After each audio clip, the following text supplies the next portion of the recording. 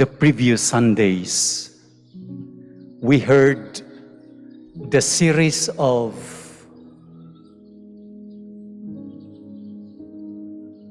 Gospel Pericope talking about Jesus as the bread of life. The whole of chapter 6 of the Gospel of John talks about this. Jesus claiming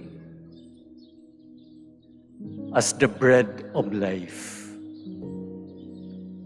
And he said that if you will not receive me, you will not have life in you.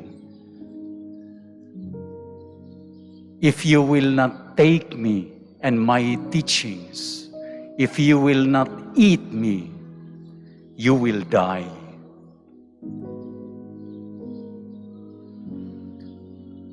And many of those who tried to follow him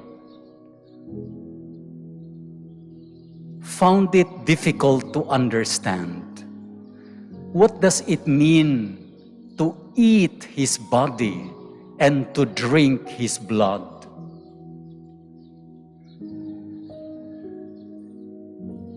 What does it mean when he said, if you will not receive me, you will die?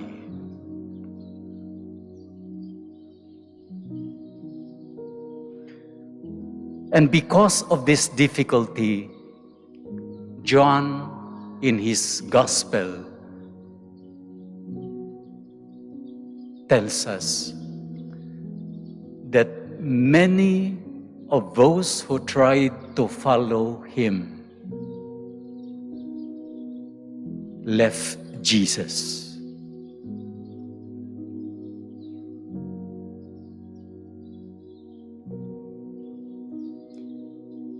There is something that this incident can teach us,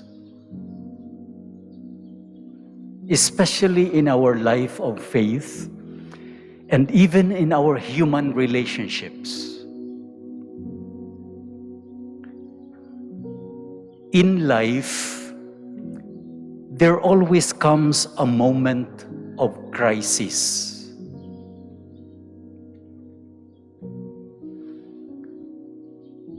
And crisis comes when we are confronted with events, with situations that we find it difficult to handle. When we are confronted with questions and realities that have no easy solutions and no easy answers. When we have some questions and the questions lead to answers and the answers lead to more questions, and ultimately they make us more confused.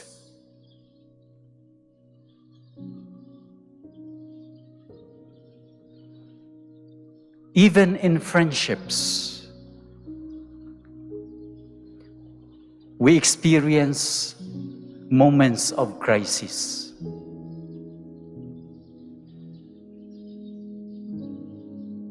There are moments of misunderstandings among friends. And at times, we ask the question, will I still continue to be a friend to this person? Lovers, boyfriends and girlfriends experience also moments of crisis. Husbands and wives, definitely you also experience moments of crisis. In terms of marital commitment or in handling your children. Priest and religious also experience vocation crisis. Transitions also bring us moments of crisis. New assignments, new mission, new parish, new parishioners.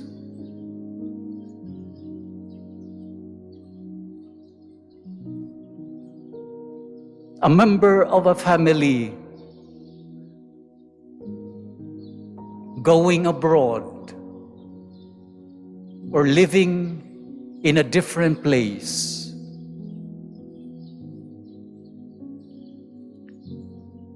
Deaths. When somebody dies in the family, that creates a crisis. Especially when the one who dies is a mother, is a wife.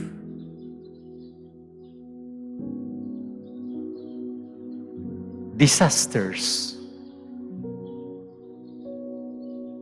When we lose homes, houses, business establishments,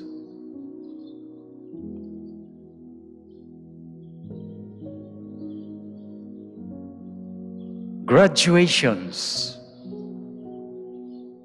apparently is a joyful moment, but it is also a moment of crisis. After graduation, you will not be receiving your allowance anymore.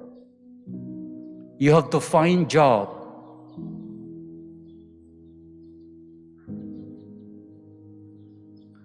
When our routines are disrupted, for example, during this pandemic, from always on the go, always moving, to staying at home, that is difficult. If we used to travel to other places, and because of the pandemic, we stay put. Our movements are limited. When we have physical disabilities, before we used to be very active, and now the person is paralyzed. That creates a crisis moment.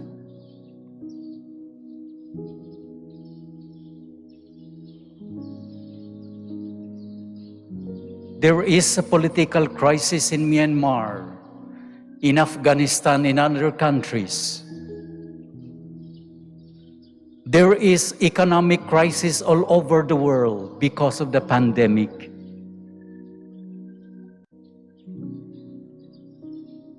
Haiti is having a crisis now after a 7.2 earthquake.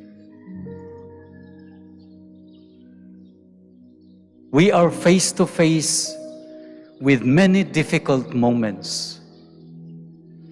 And we ask the question, to whom shall we go? Who can save us? Who can inspire us?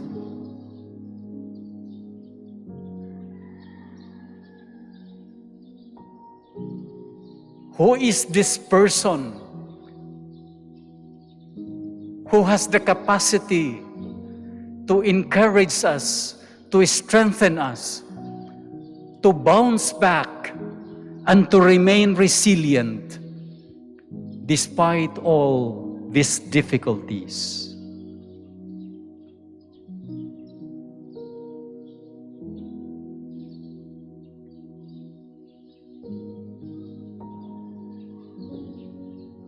The people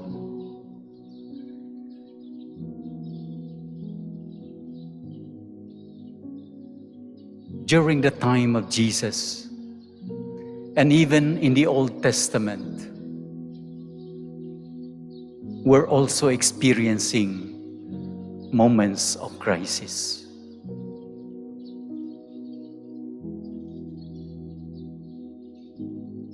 In Greek, the word crisis in Greek does not mean problem. The original meaning of the word crisis in Greek does not mean problem. Crisis in Greek or in English, crisis or crisis means turning point. It's a turning point.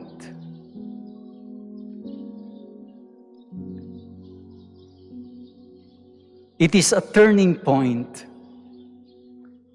because once the person is face to face with a crisis, the person is forced to explore possibilities, options, and he is challenged or she is challenged to make radical choices in life.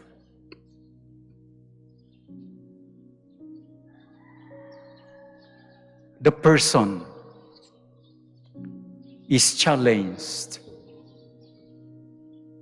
to make radical decisions.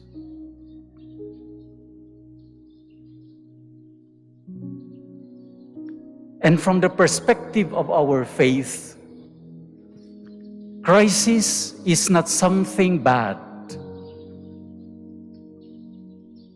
As a turning point, it brings something good in us.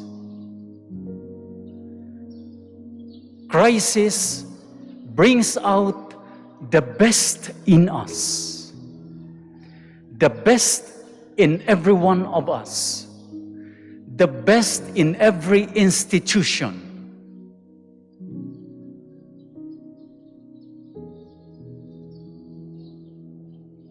And that is why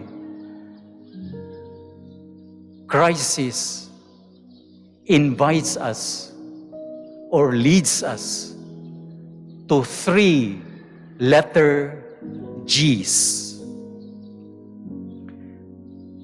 The first letter G, when we are confronted with crisis, is this: crisis invites us to grow.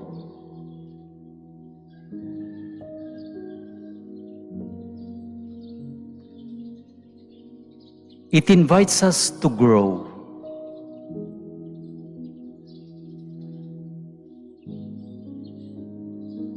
Even in marriage, no marital commitment will become stronger than before unless it passes through dark moments. No family becomes stronger than before unless it is shaken by the problems and the trials of yesterdays.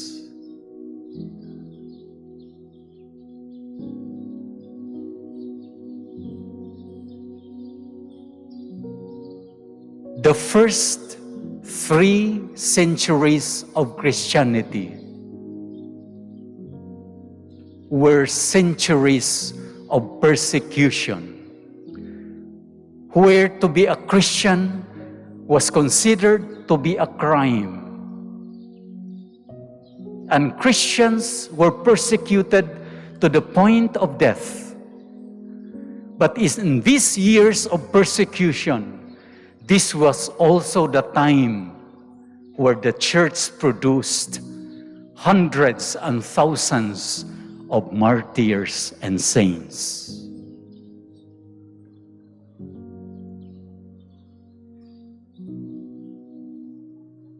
growth in commitment, and crisis makes us expand our horizon in life. I think this is the most appropriate time for me to talk about the new cathedral and the old cathedral. When I arrived here, I received some complaints about the erection of this new cathedral, and it seems that the old cathedral is being set aside. I have met a number of groups who ask to have audience with me, and I listened to them attentively. And they said, "Bishop, we want the old cathedral to remain there. We were baptized there. We were married there. We were confirmed there. That cathedral is so meaningful to us." And I said, I really understand that.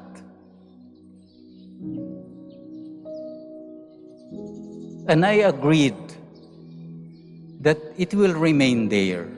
I do not have any intention of destroying it totally. And they were happy. But I also invited them to expand their horizon. I told them, in fairness to Bishop Ner, this cathedral, bigger than the old cathedral, was built not because we are against the old cathedral. No.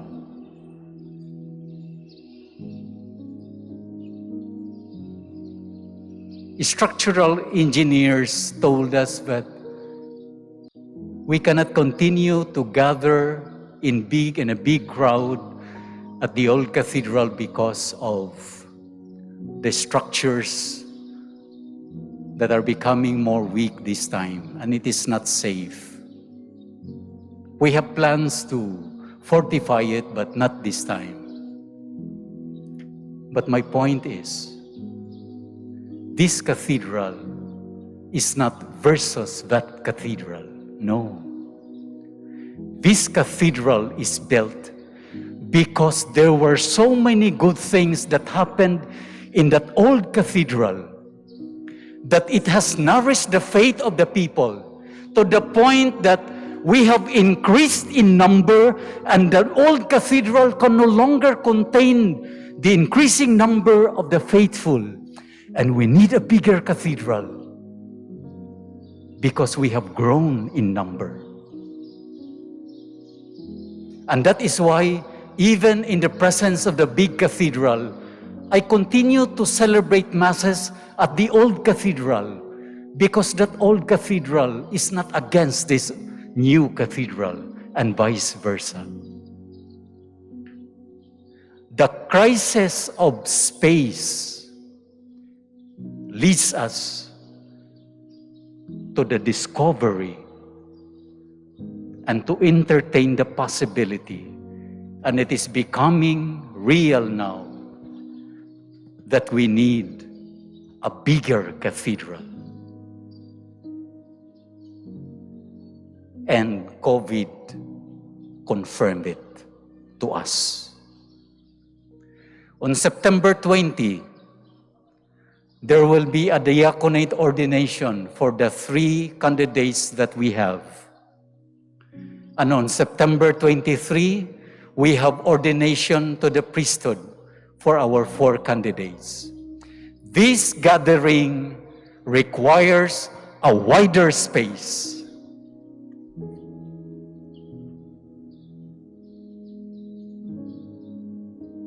If the Knights of Columbus of the whole diocese will gather together, that space is not enough. If the couples for Christ will gather together as a diocese, that is not enough.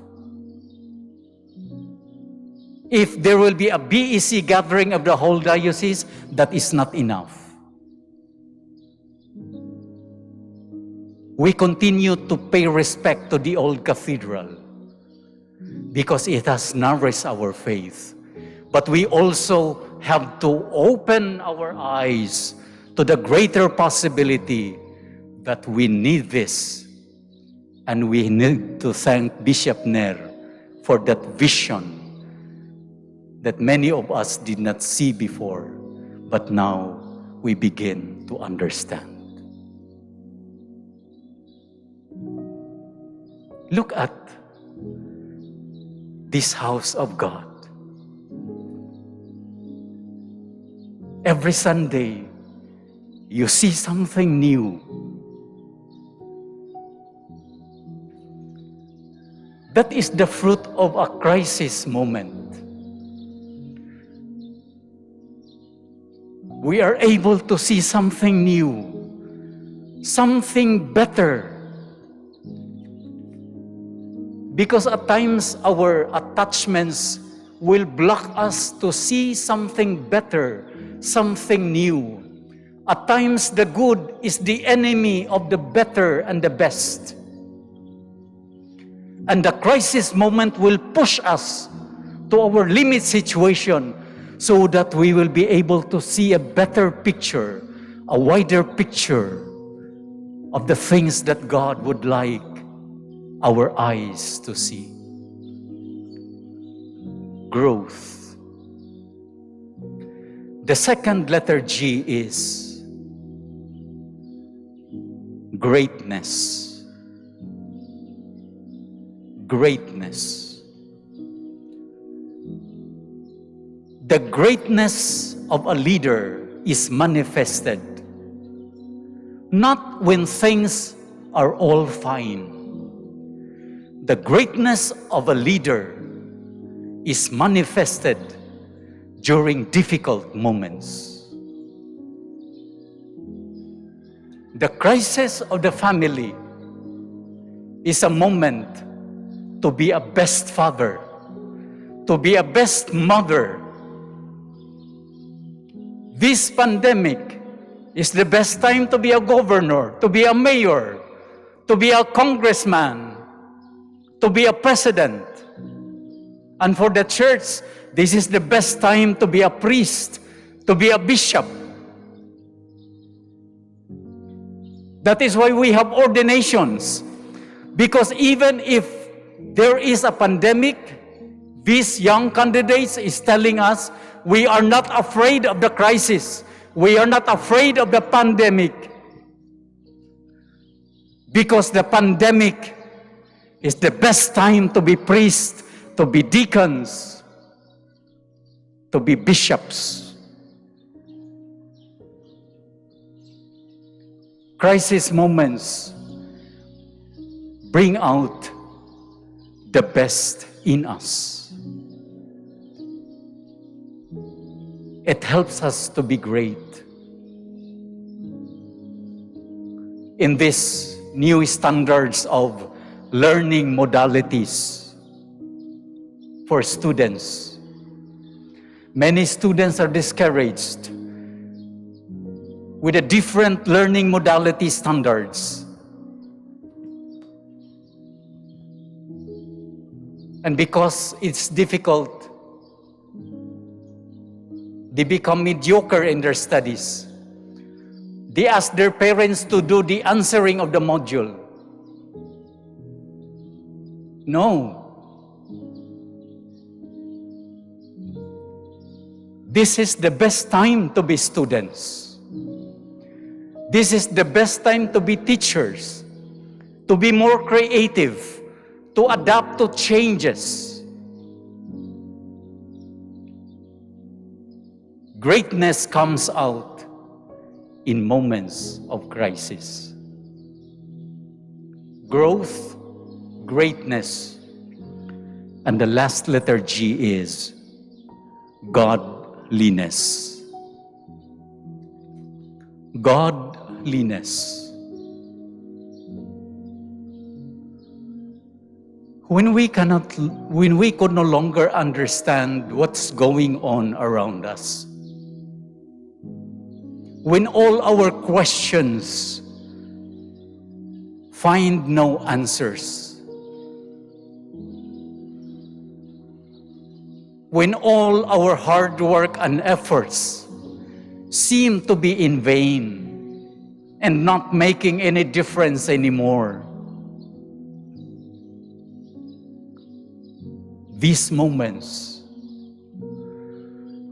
will invite us to bend our knees before our God, because every crisis leads us and brings us or draws us closer to God.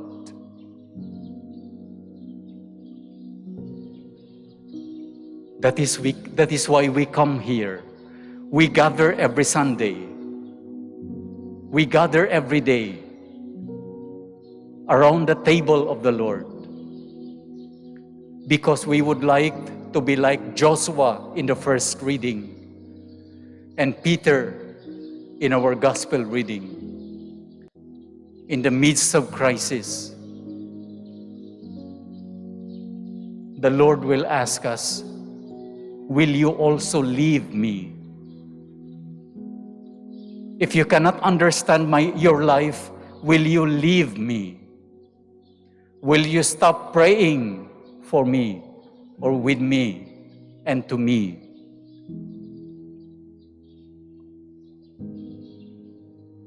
And I hope our answer will be, Lord,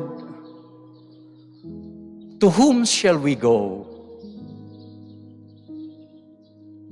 To whom shall we go?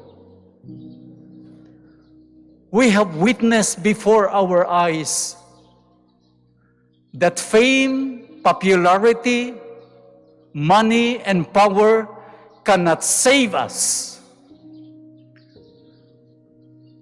Popular people died. Rich people died. We saw that. Powerful leaders died. These things cannot save us.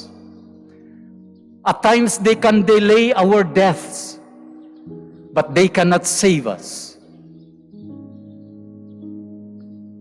And only you, Lord, can save us from all these difficult moments and crises. And therefore, we thank the Lord for this gracious moment where we are face to face with crisis. Because in this crisis, we experience growth, greatness, and godliness. May we continue to tell the Lord every time we are confronted with difficult moments, Lord, to whom shall we go?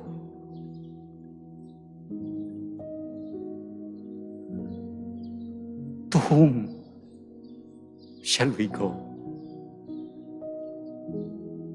Please, do not abandon us in this difficult moment of our history as a people. Amen.